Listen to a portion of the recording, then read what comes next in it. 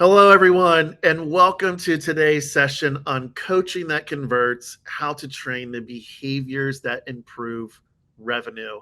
I'm Zack Hamilton, strategic advisor here at True Rating. And if you joined us for our last webinar, you know we got real about a problem that so many CX and operation teams are facing today in retail. Insight without execution doesn't move the needle, and dashboards don't drive performance. Coaching does. Today, we're taking that conversation one step further because it's not just about surfacing what's broken, it's about fixing it. At True Rating, we've captured over 1 billion in moment customer ratings, real people answering a single question at the point of payment. It's one of the most powerful data sets we have in retail. And here's what it's telling us: when a customer is greeted, they spend 31% more. If they're offered help, the average basket size jumps an additional 26%. When a staff member says thank you, the customer is more likely to return and spend more. These aren't abstract metrics, they're coachable behaviors. But the issue is most stores only consistently execute one to two of them per shift, which means brands are leaving serious revenue on the table. That's where the retail performance layer comes in. The retail performance layer is our answer to the execution gap. It's a real time system that connects three critical things: customer feedback, frontline behavior, and commercial outcomes. It works by collecting in moment feedback, mapping it to behaviors, and showing store teams exactly what's working and where they need to adjust. Not next quarter or next week, but right now, next shift.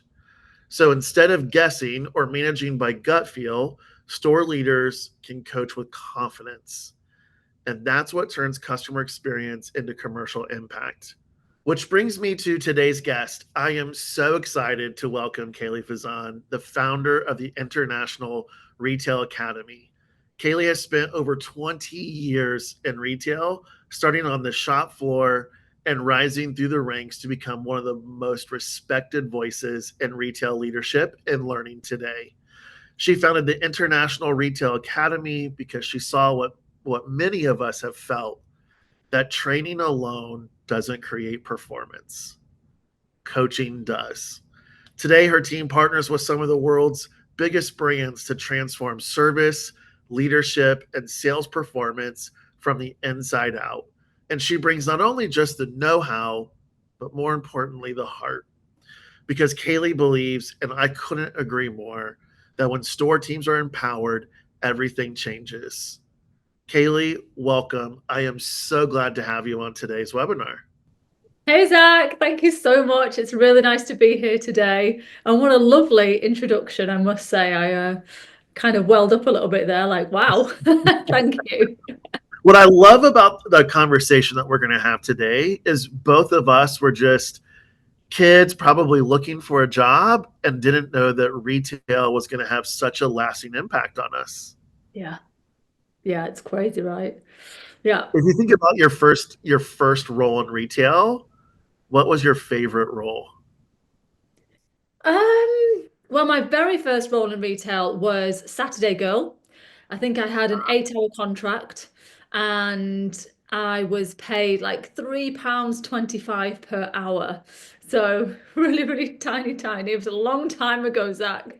I was 16 years old. And that was honestly my first glimpse into, yeah, the world of work, right? The world of people, the world of communication, the world of selling. And I had a great time. I had zero responsibilities because I was, the Saturday worker. So I'd come in and my manager would say to me, "You're on the fitting rooms for a couple of hours, or you're on the greeting zone, or you're going to be on the till." And I honestly thought it was just playtime. It felt like playtime. Um, and it was just so much fun. I loved it. I loved it so much. That's amazing. I've recommended so many um, young adults, especially when I go into high schools and speak to business classes, like you will gain so much, so many skill sets just by going and getting a part-time retail job, especially through like the holiday season. You will learn so much about how a business works, how to interact with people. I could not recommend it more. Yeah. But I'd love to jump into the conversation because you've had so much of all this practical experience. I'm really curious, what made you realize that retail needed a different approach to training and performance? Yeah, good question to get us started, Zach. We, well, first of all, like going, like rewinding way back into my earlier career, training was very sporadic. It was random. It wasn't planned in. And learning and development departments didn't really exist. Certainly not where I was at the time, which was Cumbria, way up north. For anybody watching, you could probably hear my accent as well. And those departments were just, yeah, they just didn't really exist. So training was done locally. And what I found was I didn't have a comparison, right? So way early in my career, training was done in the store by the store manager. Maybe occasionally the area manager might do some training with you, but it was very locally led. Then I moved to the city, got a different job, and I was in Manchester at this time. And then I continued through the ranks and moved through different businesses. And then I became kind of aware of learning and development departments and new toolkits being fed down from the office to the store. And then online modules coming into play and having to log onto a system to do a quiz or a learning activity. And so there came the comparison. And for me, it was like, hold on a minute, something's missing here. Because while the material that was being delivered to the stores via whatever department, although it was professional and it had a good story and some of the learnings were sticky and relevant and useful, overall, apart from the moment where you're actually on the screen doing the learning, as soon as you get to the shop floor, it's gone because you're not really in the real environment where the action happens. And so I had that kind of comparison where back in the earlier days, when I was 16, 17, 18 years old, everything was trained locally by the team that you work with. And then as I climbed through the ranks, we got trained at, right? Mm. So the training team would come in and train you, or you'd have to open something on the computer and read some training or some modules. And then I went over to the Middle East for a couple of years, and I was based in Kuwait, and they had a fabulous training team. They were absolutely outstanding. However, they didn't have that shop floor retail background a lot of the time. So the theory that they were delivering and the kind of tools and strategies and coping mechanisms of how to deal with an angry customer or how to persuade somebody to go into the fitting rooms, it was great theory, but it just wasn't practical. So you can sit there like, oh yeah, this is great, and then you work the shift the next day and nothing really stuck. So for me it was very early on in my career where I realized there was that big difference. And so that's when I kind of thought there's something in this, I don't quite know what. I don't know, mid-20s at the time, but there's definitely a way of inspiring teams and making teams feel like they can do something, but the way not to do it is just have them behind a computer reading. Yeah, look, that was my very first experience too. Um, at the local retail store here in the mall, I spent, I think it was like 6 or 7 days behind a computer going through all those computer modules, and like you said, very professionally done. The L&D team, you could tell, spent a lot of time really thinking about, you know how can we train you, how can we make it relevant. Yeah. And then I'll never forget, it was then I had to spend like a couple shifts, with someone like the floor trainer. Hmm. And I'll never forget my first shift that I got out to the floor trainer. She said, everything that you just learned, forget about, because the videos aren't even relevant. And I'll teach you how to do it a different way that is much, much quicker. And so ultimately, I think, Kayleigh, where we've identified is a lot of companies use that kind of check the box or that tick box training, right? Where we're Hmm. going to load you in the videos on LMS. We're going to have you watch them. We're going to tick box, okay, you've been trained. Hmm. But ultimately, like both of us have learned, that doesn't create that high performance team on the floor that ultimately is responsible for one, delivering your brand's experience, Hmm. but then two, when you have initiatives like, hey, we want to increase our overall basket size by the number of items, or we want to increase the average transaction value, those LMS videos don't teach us how to do that. So talk to us a little bit about what does high performance training look like when it's done correctly? Yeah, yeah. I love this question. So for me, it's top down. It starts at the top and then we filter it down, right? So when you are training your retail teams, you really have to, and I say you, if you're a senior leader, you're in an area position, or even the corporate position of like retail director or, chief retail officer, you have to first of all think about who am I trying to influence and change, right? That's number one. And typically it's the frontline teams, right? It's the people who are closest to the customer, having that customer conversation. So, first of all, we need to get into the mindset of them, okay? So, that could be as we once were, 18 years old, part time on the shop floor. Um, who are those people that we're trying to influence and improve, first of all? And then we need to figure out, well, what is their best way of learning? Okay, because learning changes all of the time in terms of how we learn. So, LMS platforms, there's modules, there's videos, there's gamified learning now, which is quite popular in a lot of brands that we work with. Lots of brands are loving in-person workshops and roadshows, that face-to-face physical connection. But that is an event, right? So this is the other part of the answer. Um, when you have a training event, like a one-off sales workshop, or sitting down to look at some bite-sized video trainings, those are great and they can be done really, really well, but it's an event, which means you're going to retain some of it and you're going to implement some of it, but it doesn't live on the day-to-day basis.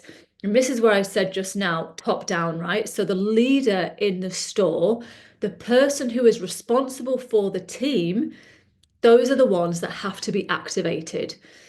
Now, when I say activated, that means that they have to buy into what is the service vision of the company, right? So every company should have a service statement or a service vision or something about, the customer promise. It's usually found in the values somewhere, or it's some kind of a phrase that kind of ties and binds together that corporate culture language. Now, if your leader in the store doesn't know what that service statement is, what are they training the teams? How are they training the teams? How are they delivering this service statement to their teams? Now, you might think, well, people don't need to know a sentence or a phrase, but they do, because it sets the tone for everything else that comes, which are the coaching conversations, right? It's the moments on the shop floor where you notice somebody walking by, a customer, and the team member doesn't approach them or walk over. Okay, let it slide. But then another customer walks by and he or she is holding some items, and the same team member doesn't approach them or say anything. And you keep on noticing this happening, but you don't say anything, because one of our most common things that we come across in terms of why our sales associates not approaching people and not actually getting involved in the sale is because they're in this state of avoidance. Okay, they're avoiding greeting, they're avoiding the conversation, they're avoiding checking up on them in the fitting rooms, they're avoiding trying to close the sale.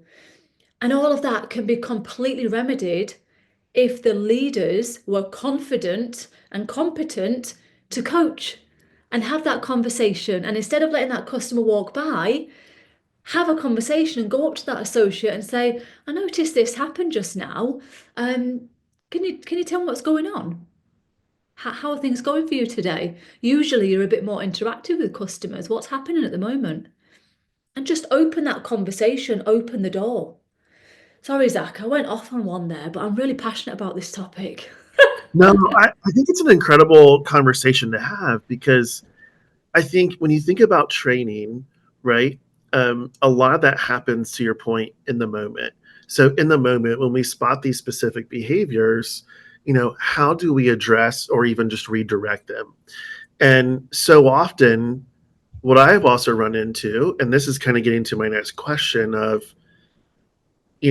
when I started to have conversations with the employees that I was responsible for, especially when I was a store manager or a multi-unit leader, a lot of the feedback that I get was, well, I'm the only one here on the floor, or there's two of us here, and I have to have all the racks put away. I have to have this complete. I have to have this complete. So they're so task driven. They have to have it completed by noon, or else they'll get in trouble. And so ultimately, they identify, if I help customers on the floor, I can be at risk of not getting the shelves restocked. And so ultimately now I might be disciplined. And so when you think about kind of this in the moment, we heard how important, greeting customers are, asking them if they need help locating anything, especially like when they're in the fitting room. Is there another size you can get them? So what gets in the way, Kayleigh, of the frontline staff responding to the different types of training that you mentioned? Yeah. What gets in the way? I think first of all, it's our we get in the way of ourselves, okay?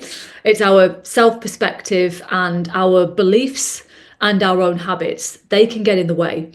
And I've heard this several times over with clients that we've worked with in the past, where you might have one or two people on the shop floor or one or two people covering a massive zone, a massive area, and they've got tasks to do. Now, in one of the trainings that we delivered a couple of years ago, we actually touched on the fact that task is still a service, right? So if the product is actually out and the size run and size integrity is there, then you are still giving that customer service, right? Because sometimes customers are going to walk in and they don't want a conversation. They just want to get in, get their size, pay, and leave. So sometimes we tell ourselves, oh, I need to get on with this task, and there's no way I can do customer service today because I need to do this and this. Yeah, great. But task is service as well. So take that with a pinch of salt, right? Understand that task is service. And while you're doing the task, you can still have a head up approach, right? So keep your head up. You don't have to be really in the zone and blocking out everything around you. And that's a practiced skill. So Mm. when you're coaching somebody on the shop floor who is, knee deep in, replenishing jumpers or sweaters or whatever you're replenishing, just observe how often they are looking up and how often they're looking up and talking to somebody as well, because it's two different skills. Looking up, having eye contact is one skill. Looking up and talking to somebody or even walking over to somebody is another skill. It's a physical skill. And so, what you can do is observe that behavior and then have a conversation about that behavior as well. I do believe that in retail, we often tell ourselves these stories that kind of diminish our power. And we say things like, we don't have enough staff, I haven't got enough hours, The store's too busy, the store's too quiet. There's always reasons and blockages. But if you were to be brave, like really brave, and kind of hold up the mirror and realize, oh, actually, I can do this task and I can speak to people at the same time, guess what? You can do it. You actually can do it. You're just blocking yourself with all of these, problems and things out of your control. So control what you can. So that's you, that's your mindset, that's your approach, that's um how you approach your day so that by the time you get to the end of your shift, you're like, yeah, I had a great day today. I got all of my jobs done, all my tasks are done, and I managed to speak to some people as well, which was great. And I sold, I don't know, 20% more than what I did yesterday. And that's a great feeling. But you've got to actually put yourself through a little bit of pain to get to that Yeah. great feeling and challenge yourself. Yeah, I think a lot of it starts inward. I want to get a little tactical for a moment here with you, Kayleigh. So let's say, for example, you're a store manager, and your retail company has been rolling out the new customer engagement model or that sales effectiveness model. And their goal, the company's goal, I should say, the goal set forth is really one thing. Or, I'm sorry, two things. One, we want to increase our number of units per transaction, which would ultimately increase our average transaction value. And then two, we want to increase our customer lifetime value. Tactically, you're a Hmm. store manager, your team just went through a bunch of training. Where do you start? Mm.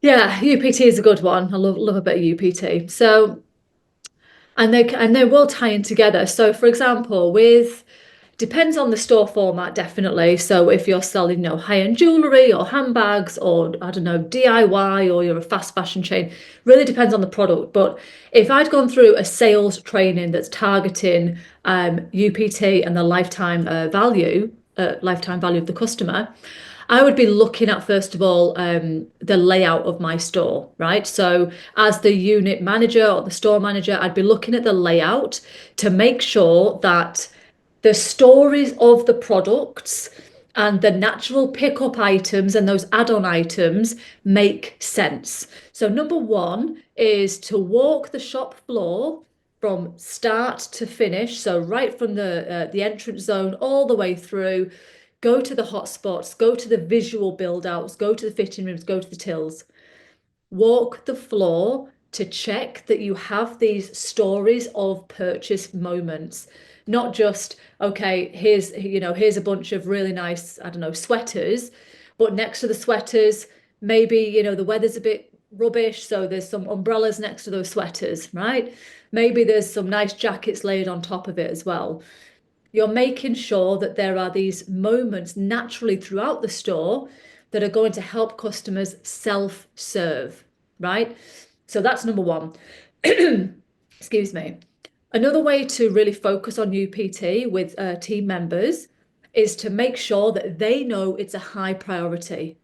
There is no point in going through an amazing training, right? Store manager, I've gone off for a couple of days, I've had a bit of training, come back, and I'm going to not tell anybody about it, right? That's the worst thing you could do. So, as store manager, you need to make sure that your people know, right, guys, UPT, we're usually sitting at 1.3, 1.4. We need to get to 1.8 or 1.9. So, here's what we're going to do. We're all going to walk around the floor now to make sure that we've got add-on items, pick up pieces, everything's super accessible. Maybe at the fitting room we can showcase some new items, like new, just in, whatever it might be, so that when somebody's walking into the fitting room, they can get an idea of, oh, this is quite nice. I want to try this on. You could do all sorts, right? You could get a rail of bestsellers, make it look beautiful, put it in the fitting room strategically, so that when somebody's walking out the fitting room, they might be like, oh, this is really nice. And this is all psychology. This is not the store team saying, oh, try this on. That's just, let's make sure the store's ready. Okay. If the store set up well, then UPT will increase.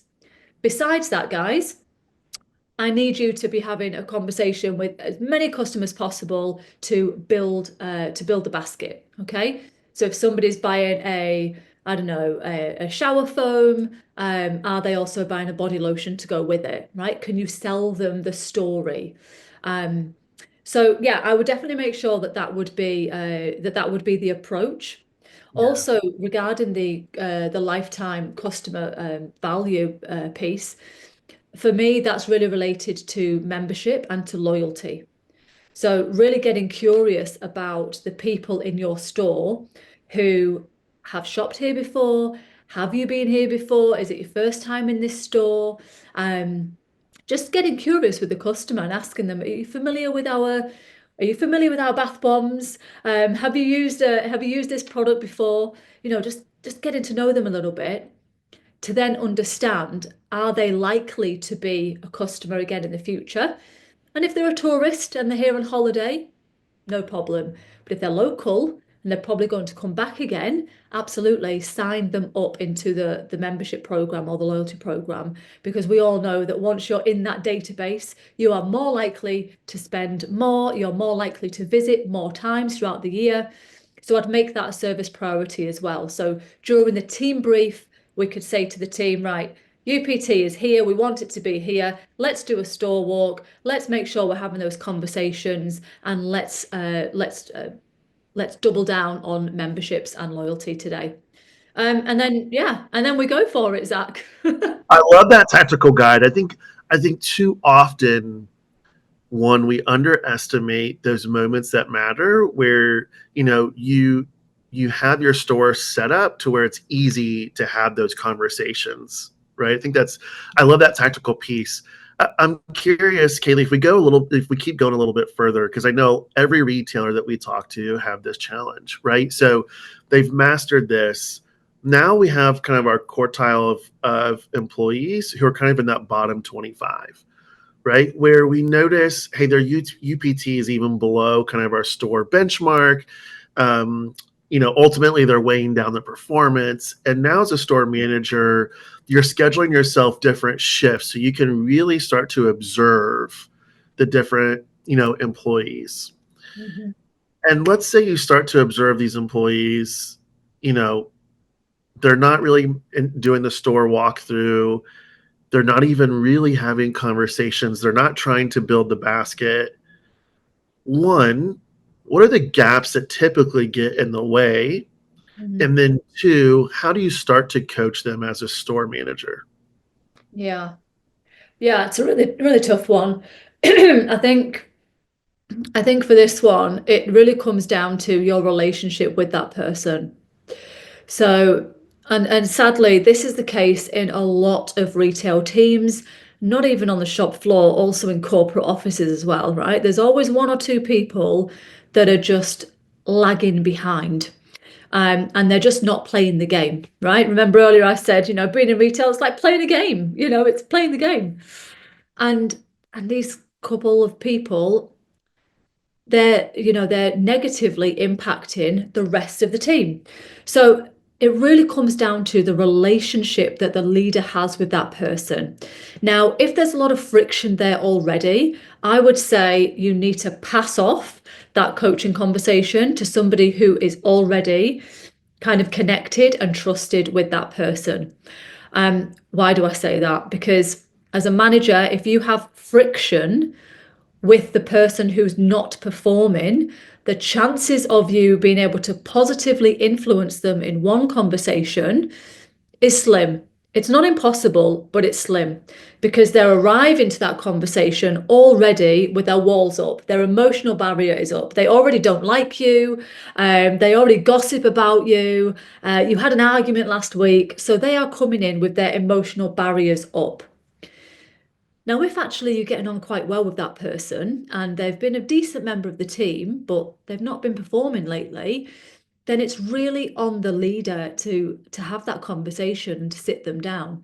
Now, back in the old days, when I first became, a manager of people, my approach would be very, very like black and white. Right, you're not doing this, why not? Yeah. That would be it, right? Because I didn't know any better. I didn't know any better. It was just a case of, you were 20 minutes late yesterday, sign this. like sign this paperwork to say you were 20 minutes late, so the next time you get a written warning, right? Absolutely not.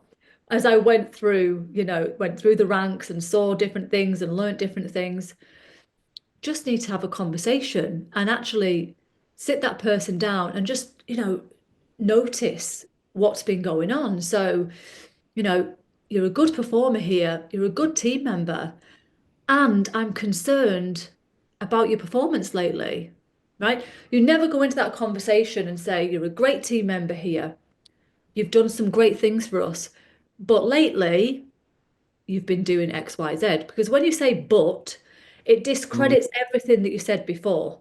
And they're at that, oh, but what, but what, but what, So I think I would start off by saying something really positive about that person. I understand how hard you work here. I understand how many hours you've put in lately because of sickness. And I've noticed a dip in your performance as well. And I've noticed your attitude is not so great with the team. And I've noticed, so whatever the main concern is, right? You don't want to list loads of stuff. And so, in the case of UPT, you could say, and I've noticed that, your UPT is really behind everybody else's. So tell me about that. What's happening? And it's really tempting to give them ideas of what to say back to you, right? But you have to just stop talking. You have to say, so tell me about that. And then just stop talking to Yeah, let them offload. They've got to offload. Um, absolutely. yeah, yeah. Absolutely. I think that's one of the keys, though, is like just to stop talking and give them the space. One, just to feel secure and responding to it. Kelly, I want to finish up with this one question because it's a question we hear very, very often from store managers, regional managers, COOs, chief retail officers. Is one of the things that they find very challenging in their roles, and it's one of the significant gaps, is essentially lifetime or shift to shift data. Because typically, they'll have their voice of customer post purchase surveys that maybe get triggered 3, 5, 7 days after that initial store visit. Mm. And so when a customer responds, that data is now, call it 4, 5 to 10 days, kind of after that moment of experience happened in the store. And they find that really, really difficult to leverage that data to then go coach, right? Because to your point, that employee might have been having a bad couple of days, but now her attitude has improved, and if now you're going to try and coach her on something that happened 10 days ago, you could really Mm. shut her down. So how important is it for retailers, especially now in modern retail like today, how important is it to get data in lifetime, shift to shift, to coach in the moment for these impactful conversations? Yeah, it's absolutely critical. It's critical because everything's moving so fast. We have thousands of thoughts every single day, decisions to make all the time. Everyone's overloaded, right? But actually, if you quieten down the noise and look at what matters the most, there is so much power to be had in that. So, the foundations of coaching in the moment is all about the leadership mindset and the emotional intelligence of the person delivering the coaching. Those are critical skills. And when you have data that's, 10 days out of date or a couple of weeks out of date because, you don't see them, they're on shift patterns. And, it's like, yeah, we've got to have this conversation, but it happened 2 Tuesdays ago. And since then, things have changed. I wouldn't say avoid having the conversation if that data is out of date, because you then set the tone, right? The leader sets the tone. And if that person knows that they can just get away with it because, too much time has passed and the conversation's never going to happen, you will never see a change. So don't avoid having that conversation. When you get feedback that's in the moment, right? That's live, that it's, maybe a couple of hours, happened a couple of hours ago, that's really, really powerful because you can have the conversation straight away. You can make sure that Good service is celebrated. This is a big thing that leaders miss. So bad as humans that we always look to the negative and how we can solve the problems. And all the while, these great things are happening and these 5-star reviews are coming in, or, people are rating things 10, 10, 10, 10, 10, but we don't really pay attention to that. So celebrate the wins because it's much easier to get people to change and transform and buy into the service vision if they feel celebrated along the way. So when somebody gets a great review, shout about it, make sure they feel amazing about it because it reinforces brilliant behavior. And it's like stacking bricks, it's going to keep on building from there. Yeah, I couldn't agree with you more. This has been an absolute masterclass, Kayleigh. I mean, when I think about just that positive reinforcement, I typically have said, all of the positive feedback somehow ends up in the retail graveyard where we don't take time to reflect on it, give positive praise, especially in the moment. And that's so key when you're trying to scale, consistent delivery of the brand experience across 500, 5,000 stores, not to mention, 25, 50,000 employees. Mhm. So if you are a retailer who's now thinking about, okay, we need to refresh our customer engagement model or our sales effectiveness model, where would you begin? Yep. I would start at the bottom, right? And this is no disrespect to anybody in those roles, but the people who are closest to the customer often have the biggest kind of golden nuggets, right? So that the part-timers, the store managers, the field teams, regional managers, area managers. So if you go several layers down and several layers closer to the customer, then you'll find your answers there. So something that we do at Tira is discovery phases, right? So project discoveries, and I will tell you step by step what you can do. So you can go out there to your store teams and talk to them, visit them face to face, observe, have a conversation, listen, send out surveys to get that, economies of scale. So if you've got, I don't know, 2,000 stores across Europe, you can send out surveys with a set of questions or ratings, some free text if you've got people to look at that as well, and you can get economies of scale and get those surveys back in to find out how do you like to be trained, what's stopping you, what are the blockages, are videos training working for you, do you prefer in person or on site, or you can ask so many different questions. If you are going to do a mass survey, make sure that it's around 6 or 7 questions. You want to make sure you get those respondents, back in the highest volume. You then want to be having listening groups as well. So select people from each of your countries and each of your markets to come in to those online kind of workshops, listening groups, to then start to scope out, well, what could good look like? What you should also be doing as senior leadership as well is checking the brands who are doing phenomenally well. So the brands who have turned it around, the brands who have suddenly come out of nowhere, by the way, they haven't come out of nowhere, they've just been doing things differently. Go in and talk with them, get connected with them, look at LinkedIn, have a, conversation with those other leaders and yeah, find out what's working well for them. Once you've got this kind of picture, this discovery picture of how your employees perceive your brand, what's working well for them in the service space, and what do they need in terms of being able to serve better and to sell better, then you should be able to really step into kind of a design phase, if you will, of what could good look like. So when we partner with brands, we have these sessions called co-design sessions because we want everything to feel like it's designed in-house. Because employees need to feel that. They need to feel that this has come internally from the brand as well. So we co-design, right? And whether that could be a brand new leadership model, whether it's something to do with your service behaviors or the vision and values, whether it's a full customer experience, so what does it look like, sound like, what should we do, what should we embrace, what should we embody. And that really needs to be done in-house with the key stakeholders. And typically for that, you must get your regional managers and area managers involved. We know how much pressure those roles are under. And because a lot of great managers are promoted, they're still in the mind space of being a great manager. So they're very good at operations, scheduling, rotas, audits, all of those hard skills that need to be done. But when it comes to the softer skills, having a conversation and communicating and being positive and all that stuff, that's kind of pushed to one side.